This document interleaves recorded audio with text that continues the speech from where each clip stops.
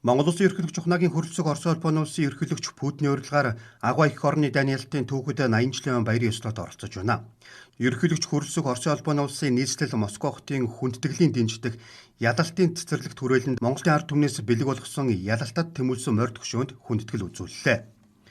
Энэ хөшөөнд дайны хүндчлүүдэд Монголын ард түмэн зөвлөлт холбоод улсад дулаан хувцас хүнс агтмор нийлүүлж хувьсгалт Монгол танкын цуваа Монгол ард нисэх онгоцны эскадрил хандуулсныг бэлэгддэг юм а. Хөшөөний ханад Монголын ард түмэн Агуай их орны дайны эхний өдрөөс зөвлөлтийн ард түмний үнэнч холбоотон байж танкын цуваа нисэх онгоцны эскадрил хагас сая агтмор бусад бэлгийн цувааг илгээн их ялалтад хувь нэмрээ оруулсан билээ хэмээн Монгол Орос хэлээр сэлжээ. Ялалтын баяр хамтдаа сайхан оролцсон шүү дээ, тийм ээ? Тий. Баяр эмээд одоо баяр хүргэе. За. Залуу насны сайхан дурсамжнууд санагдаж байна уу? Мэдэж байна.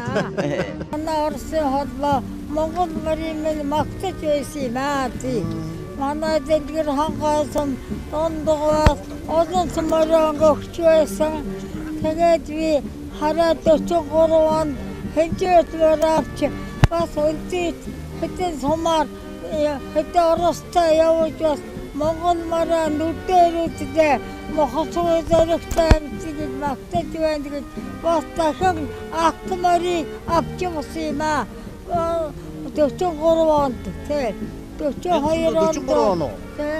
42 онд энд манай Монгол марийн ийм бүтээж байсан гэдгийг ярьж чад.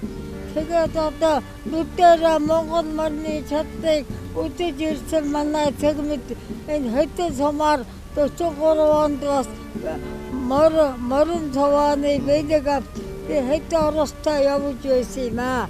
Хэдэн 3 сар энэ үлдээсэн уян таваас амгүйж байсан 3 сайхан энэ сумаар бас би нэг сар явж мас бэлгийн мор бэлдэж болсон юм аа.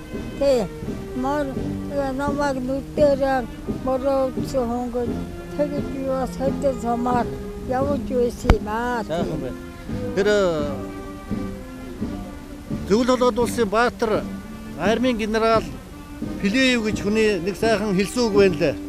За тий. Хүчрэг Монгол морд танкын цуваатай зэрэгцэн бэрлийн хүрсэн юм а гэж.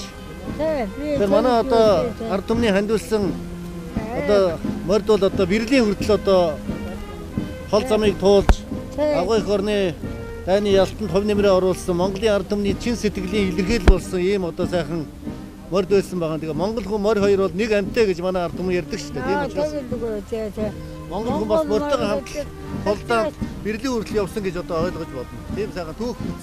Иргэн ган баярын санаачилсан уран баримлч очруулалт архитектор Тихонов Перфилев нарын зураг төслөөр бүтээсэн хөшөөг 2017 оны 5 дугаар сарын 5-ны өдөр буюу ялалтын баярын өмнөх нь ялалтын цэцэрлэгт хүрээлэнд байрлуулсан юм а.